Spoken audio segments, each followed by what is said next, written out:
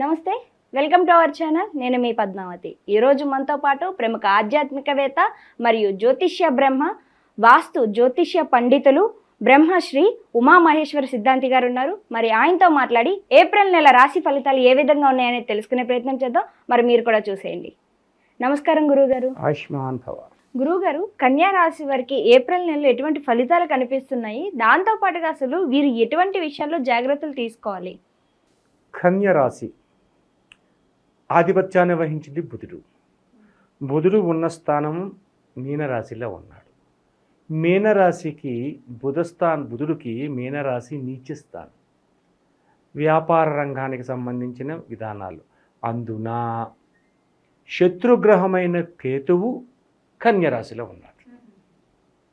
శత్రుగ్రహమైన కేతువు కన్యరాశిలో ఉండి కన్యరాశిలో ఉన్న కేతువు మీద కుజుని దృష్టి కేంద్రీకరించబడింది. కుజవర్తు కేతువు అంటే కేతువు బలవంతుడైపోయాడు. కుజగ్రహ దృష్టి ఎప్పుడైతే పడిందో బుధుని యొక్క సంచారం ఎక్కడుంది? మీనరాశిలో ఉంది. ఆ బుధుని మీద ఈ యొక్క కేతు దృష్టి పడిపోయింది. అంటే కన్యరాశిలో ఉన్నవాళ్ళు అన్ని రంగాలలోని ప్రతి రంగంలోని కూడా అత్యధిక జాగరూకతతో మెలగాలి. అప్పు అనేది ఎవరికి ఇవ్వకూడదు. మీరు అప్పు అనేది చేయకూడదు. అప్పు తెచ్చే ముప్పు ఇంత అంతా కాదు. ఈ కన్యరాశి వారికి రకరకాల ఇబ్బందికరమైన స్థితులకి అటువంటి ఇబ్బందికరమైన స్థితిగతుల్లో ఉన్నారు. కాబట్టి కన్యరాశి వారు ఏ విషయాన్ని కూడా నోరు జారి మాట్లాడకూడదు. ఎప్పటికయ్యది ప్రస్తుతం అప్పటకా మాటలాడు ఎన్యుల మనములు నొప్పింపక తానవ్వక తప్పించుకు తిరుగువాడు ధన్యుడు సుమతి. ఎప్పుడు ఏ మాట మాట్లాడాలో అదే మాట్లాడండి. అనవసరం మాటొద్దు. ఎప్పటికీ ఏ మాట మాట్లాడాలి అన్నమాట. ఆలోచించండి. తొందరపాటు ఎందుకు? వాడు ఏదో చెప్తున్నాడు, మనం ఏదో చేస్తున్నాం, ఇది కాదు. ఆలోచించండి. చక్కగా మాట్లాడుకోండి. తొందరగా స్వభావం లేకుండా మాట్లాడుకోండి. అంటే మోసగారితనానికి గురి కాకుండా. అటువంటి విధంగా ఈ కన్యరాశి వారు ఉండాలి. వ్యాపార రంగంలో ఎవరిని నమ్మకండి. ఎవరిని నమ్మద్దు. మీ బావమరిది చెప్పాడో, లేకపోతే మా తమ్ముడు చెప్పాడేనో, ఇంకొక అన్నయ్య చెప్పాడేనో, సుబ్బారావు చెప్పాడేనో, ఇటువంటి మాట్లాడద్దు. మీ వ్యాపారం మీకు తెలుసు ఎలా చేసుకోవాలో. ఆ వ్యాపారానికి ఎదుగుంటే ఎక్కడ ఏదుకుంటే లాభం వస్తుందో, ఎక్కడ ఏది అమ్మితే లాభం వస్తుందో, ఎక్కడ ఏది వదిలేస్తే మంచి జరుగుద్దో ఆలోచించుకోండి. అటువంటి విధంగా చేయండి. వ్యాపారం మీద ఎవరి మీద వేసేవద్దు. ఆ రకంగా ఉండాలి. ఆరోగ్య విషయంలోకి వస్తాం. వ్యాపారం పక్కన పెట్టితే ఆరోగ్య విషయంలోకి వస్తాం. ముఖ్యమైనది ఆరోగ్యం. ఈ యొక్క కేతుగ్రహం ఎప్పుడైతే సంచారం చేస్తూ ఉండి నీచస్థానంలో బుధుడు సంచారంలో ఉన్నాడో ఆరోగ్యాన్ని జాగ్రత్త తీసుకోవాలి. సరే, ఏంటి ఆరోగ్యం? ఏ విధమైన అనారోగ్యాలు వస్తున్నాయి? కంటికి సంబంధించిన వ్యాధులు వస్తున్నాయి. బ్రెయిన్కి సంబంధించిన వ్యాధులు వస్తున్నాయి. అంటే బ్రెయిన్ ఏమవుతుంది? కందిరీగల తొట్ట కింద మారింది.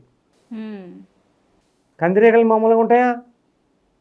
ఇబ్బందికరమైన స్థితిని తీసుకొస్తాయి. కాబట్టి ఆరోగ్య విషయంలో జాగ్రత్తను తీసుకోవాలి. శిరోవ్యాధికి సంబంధించిన వ్యాధులు వస్తున్నాయి. కంటికి సంబంధించిందంటే, బ్రెయిన్కి సంబంధించిందంటే రకరకాల ఇబ్బందులు ఉంటాయి. కాబట్టి అటువంటి విషయాల్లో జాగ్రత్త తీసుకోవాలి.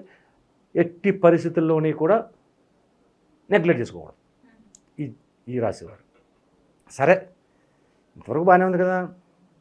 వ్యాపార రంగంలో ఉన్నారండి. ఒకడు కిరాణా చేయొచ్చు, ఇంకోటి చేయొచ్చు. ఈ వ్యాపార రంగంలో కూడా నష్టదాయకమైన ఫలితాలు పొందడానికి అవకాశం ఎక్కువగా ఉంది. కాబట్టి జాగరూకతతో వ్యవహారం చేసుకుంటూ ఎదరికి వెళ్తే కన్య రాశి వారికి యోగదాయకమైన స్థితిని పొందుతారు. కన్య రాశి జలతత్వ విధానానికి సంబంధించిన విధంగా ఉంటుంది. కాబట్టి కన్యరాశిలో ఉన్న భార్యాభర్తల విద్య విషయంలోని అన్యోన్యతాపరమైన దాంపత్యాన్ని పొందుతున్నారు. అన్యోన్యతాపరమైన దాంపత్యం అంటే ఏంటంటే, చాలామంది దాంపత్యంలో అప్పటికప్పుడు గొడవ పడిపోతారు, అప్పటికప్పుడు కలిసిపోతారు. చాలామంది ఇడిపోతారు. కానీ కన్యరాశిలో ఈ వాసము యందు భర్తను భార్య అర్థం చేసుకుని ఎదరికి వెళ్ళే అవకాశాలు ఎక్కువగా ఉన్నాయి. భార్య యొక్క ఆలోచనని, భార్య యొక్క చెప్పే మాటలని విశ్వసిస్తూ ఆమెకి సహాయ సహకారాలు అందించడం అనేది భర్తగా ఈ కన్యరాశి వారు ఆచరిస్తారు. అటువంటి విధానం వల్ల శుభదాయకమైన ఫలితములు భార్యాభర్తల మధ్యన వస్తుంది. అలాగే ఇక్కడ కన్యా రాశి వారిలోని ఒక ముఖ్యమైనది, ఏ రాశిలోని మనం చెప్పుకోలేనిది, విచిత్రమైన సంఘటనా విధానాన్ని ఇక్కడ మనం చెప్పుకోవాలి. కన్యరాశిలోని ఆడపిల్లలకు పెళ్లి చేశారు. ఆడపిల్లకి పెళ్లి చేశారంటే ఆడపిల్ల అంటే ఆడపిల్ల, ఇక్కడ పిల్ల కాదు, ఆడపిల్ల నివ్వరు దొరకు. మరి ఇప్పుడు ఆడపిల్లలు అంటే కొంచెం స్టెప్ ఎక్కువ తీసుకున్నారనుకోండి, వేరేగా ఉంటుంది. అలా కాదు, ఇక్కడ వివాహమైన వారి కన్యరాశిలో ఉన్న దంపతులకు చెబుతున్నాను. కన్యరాశి దంపతులకు తన యొక్క ఆడపిల్లలకు పెళ్లి చేస్తే ఆ పిల్లల సంసార జీవితంలో కొన్ని ఒడిదుడుకులు వచ్చి ఇబ్బందికరమైన పరిస్థితులతో వెనుకకు వచ్చి కొద్దిగా ఇబ్బంది పడుతున్న సమయంలో కోర్టు వ్యవహార విషయాల దాకా వెళ్ళనీయకుండా, పెద్దలతో కాదు, ఎదుటి వ్యక్తుల్ని వీరి జీవితంలోకి ఎంటర్ చేయకూడదు.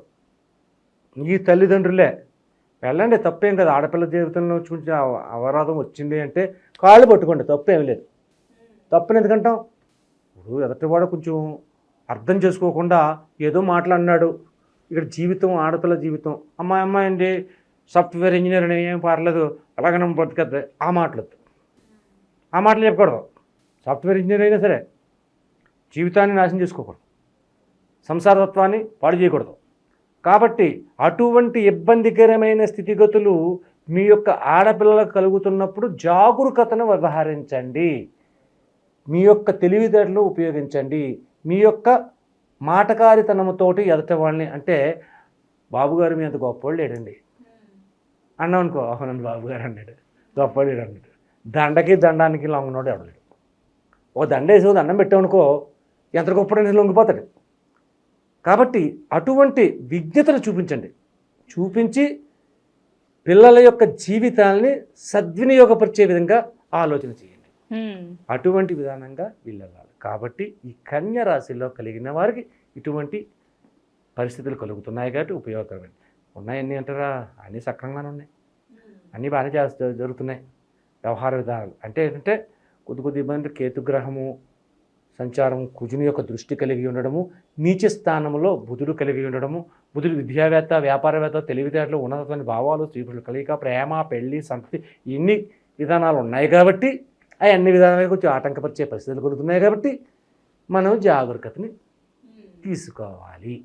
అయితే గురువు గారు, కన్యా రాశి వారికి కొద్దిగా మిశ్రమ ఫలితాలు అయితే అక్కడక్కడ కనిపిస్తున్నాయి కాబట్టి మరి వీరు ఎటువంటి పరిహారాలు చేసుకోవాలంటారు? అసలు ఈ యొక్క భూతతత్వానికి సంబంధించినది అన్నదాన విధానాన్ని చెయ్యాలి. అంటే ఏ రోజు అన్నదానం చేస్తే మంచిది, ప్రతిరోజు చేయొచ్చు, దాని గురించి కాదు. దీనికి ఒక పరిణతి చెందిన వారం అనేది ఒకటి ఉంటుంది. బుధునికి సంబంధించిన వారము పరిణతి చెందింది కాబట్టి అన్నదానం ఒకటి చేస్తే సరిపోద్దా? అలాగనే కాదు. వెంకటేశ్వర స్వామి ఆలయంలో కానీ, లక్ష్మీ నారసింహస్వామి ఆలయంలో కానీ అష్టోత్తర పూజా విధానాన్ని చేపించండి. ఏ వారం చేపించాలి? బుధవారం నాడు చేపించాలి. బుధవారం నాడు పూజ చేపించే ముందు మంగళవారం నాడు రాత్రే పెసలని మొలకలుగా చేపించండి. ఒక కేజీ పావు, ఆ కేజీ పావు మొలకలు చేపించి పొద్దున్నే లేచి, పొద్దున్నే అంటే ఓ 4:30-5 గంటలకి లేచి స్నానం చేసి ఇంటిలోని వెంకటేశ్వర స్వామి ఫోటోని పెట్టి ఆ ఫోటో దగ్గర మీకు వచ్చినట్లుగా అష్టోత్తర పూజ చేసి ఈ యొక్క అరటి ఆకు వేసి, అరటి ఆకులో ఈ పెసలు, నానబెట్టిన పెసలు అందులో పోసి, అందులో 4 మెత్తగా ముగ్గిన అరటి పళ్ళు వేసి, ఒక తోటకూర, లేత తోటకూర కట్టబెట్టి, ఆ తోటకూర కట్టతో పాటు కొద్దిగా ఉడికించిన బంగాళాదుంపలు 4 బంగాళాదుంపలు పెట్టి ఉడికించి తొక్క తీసేయాలి. ఉడికించిన తర్వాత తొక్క తీసేయాలి. ఆ 4 బంగాళాదుంపలు పెట్టి ఇంతటి తెల్లటి బెల్లం మొక్క ఒకటి పెట్టి ఆ వెంకటేశ్వర స్వామికి నివేదన చేసి నమస్కరించండి. ఈ యొక్క అరటి ఆకుని లేత ఆకులో వేశారు. ఈ అరటి ఆకుని ఒక ధర్మకోల ప్లేటు అందులో వేసి దాని మీద ఒక వస్త్రాన్ని కప్పి కాళ్ళకి చెప్పులు లేకుండా ఆ వస్త్రంతో 7 గంటల లోపులో, ఉదయం 6 నుంచి 7 గంటల లోపులో గోశాల దగ్గరికి వెళ్ళండి, లేదంటే ఆవు దగ్గరికి వెళ్ళండి.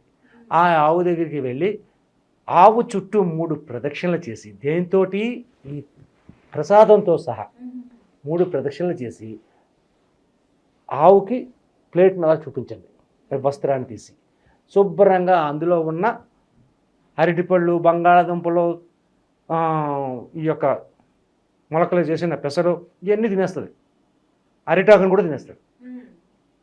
ఆ తర్వాత ఆవుకి శిరోభాగము, ఉచ్చభాగం, వెనక భాగంలో కూడా నమస్కరించి తాకి నమస్కరించండి. నమస్కరించిన తర్వాత వెంకటేశ్వర స్వామి ఆలయానికి వెళ్ళండి. వెళ్ళి దర్శనం చేసుకుంటూ కొబ్బరిగా కొట్టుకోండి, కృష్ణ తులసితో అష్టోత్తర పూజ చేయించండి, సుఖంగా సంతోషంగా ఉంటుంది. ఆ తర్వాత మధ్యాహ్నం శాకాహార భోజనం చేయండి. శాకాహార భోజనం చేసి ఆవాలు లేని ఫుడ్ తినండి. మీరు తినే తింట్లో ఆ రోజు ఆవాలు ఉండకూడదు, ఆవాలు లేకుండా ఆవాలు లేని ఫుడ్ తినండి. తిన్న తర్వాత మధ్యాహ్నం నిద్రపోకండి, విష్ణు సహస్రనామాన్ని చదవండి లేకపోతే వినండి. ఆ తర్వాత సాయం సంధ్యా సమయంలోని ఎవరైనా సరే అన్నార్తులు ఎవరైనా ఉంటే, అంటే ఒక అన్నార్తులు అంటే ఎక్కడ దొరుకుతారు? బిచ్చగాళ్ళు ఉన్నారు, అన్నం వాళ్ళు పెడతాం, వాళ్ళు అన్నం తింటే మంచిదే. కొంతమంది బిచ్చగాళ్ళు ఏం చేస్తారు, మన అన్నం కవర్లో పెట్టే ఇస్తే ఓ 50 రూపాయలకి 60 రూపాయలు పక్కన ఏమవుతుంది, వీడు తింటాం. 4-5 ఇచ్చామండి, ఆ 3-2 తింటారు, అందులో ఒకడో 2 ఉంటారు, వాళ్ళు తినరు, వీళ్ళకి డబ్బులు కావాలి. ఒరే భోజనం చేసుకుంటే బయట తీసుకుంటే 150 రూపాయలు అవుతురా, కాబట్టి కాదు నాకు 100 రూపాయలు ఇవ్వ అంటాడు. నేను 100 రూపాయలు ఉంటాడు, 70 రూపాయలు ఇస్తాను అంటాడు. ఆడికి అన్నం లేదు, ఆడికి ఇవ్వలేదు మనం. ఆ 70 రూపాయలకు 60 రూపాయలుగా అమ్మేస్తాడు. ఈ 60-70 బట్టికి ఏం చేస్తాడు, వీడు డ్రింక్ చేస్తాడు. ఆ డ్రింక్ చేసి కర్మకాలకి ఆడు చచ్చిపోతే ఆ పాపం వీడు. కాబట్టి అన్నార్తులు అన్నవాడిని ఎతకాలి.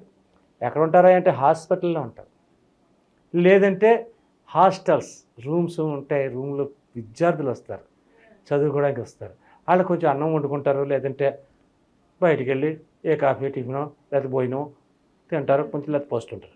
అటువంటి వారి దగ్గరికి వెళ్ళామండి. హాస్టల్లో విద్యార్థుల దగ్గరికి వెళ్ళి ఇస్తే చాలా చక్కగా తింటారు వాళ్ళు ఆకలికి.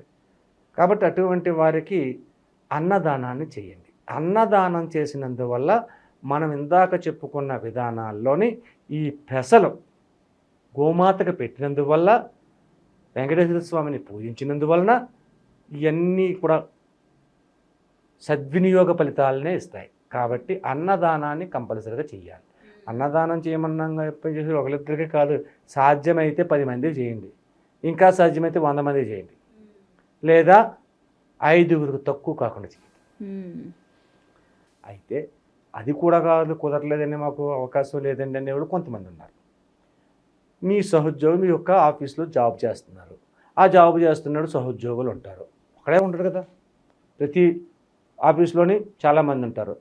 కాబట్టి మధ్యాహ్నం భోజనం టైం అయింది, భోజనం చెయ్యాలి.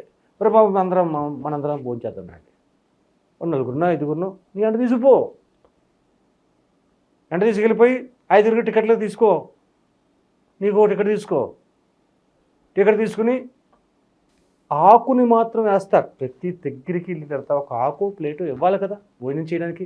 ఆ ఆకుని నువ్వు తీసుకుని ఈ 5గురికి వెయ్యి, ఆకుని వేసాలు, అన్నం అంతా పెట్టకలేదు, ఆకుని వేసుకుని నువ్వు కూడా ఒక ఆకు తీసుకుని అక్కడ కూర్చుని వడ్డించమని చెప్పండి.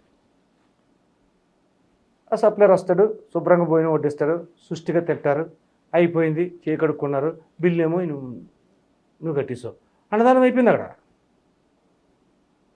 ఆకుని వేయిస్తే అన్నదానం కంటే ఆకుదానం ముఖ్యం అంటారు, ఆకు లేకపోతే అన్నం తినలేడు. కాబట్టి ఆ రకంగా అన్నదానం చేస్తే ఈ కన్యరాశి వారికి శుభదాయకమైన ఫలితాలు పొందడం అనేది జరుగుతుంది. కాబట్టి అన్నదానము, పెసల మొలకలు చేసి ఆవుకి నివేదన చేయడం, వెంకటేశ్వర స్వామిని ఆరాధించడం, శుభ ఫలితాలు పొందుతారు. గురువుగారు చాలా చక్కగా వివరించారు. కన్యా రాశి వారికి ఎటువంటి ఫలితాలు ఉండబోతున్నాయతో పాటుగా ఎటువంటి పరిహారాలు చేసుకోవాలో కూడా ప్రతిదీ చాలా వివరంగా చెప్పారు. ధన్యవాదాలండి. ఆయుష్మాన్ భవ.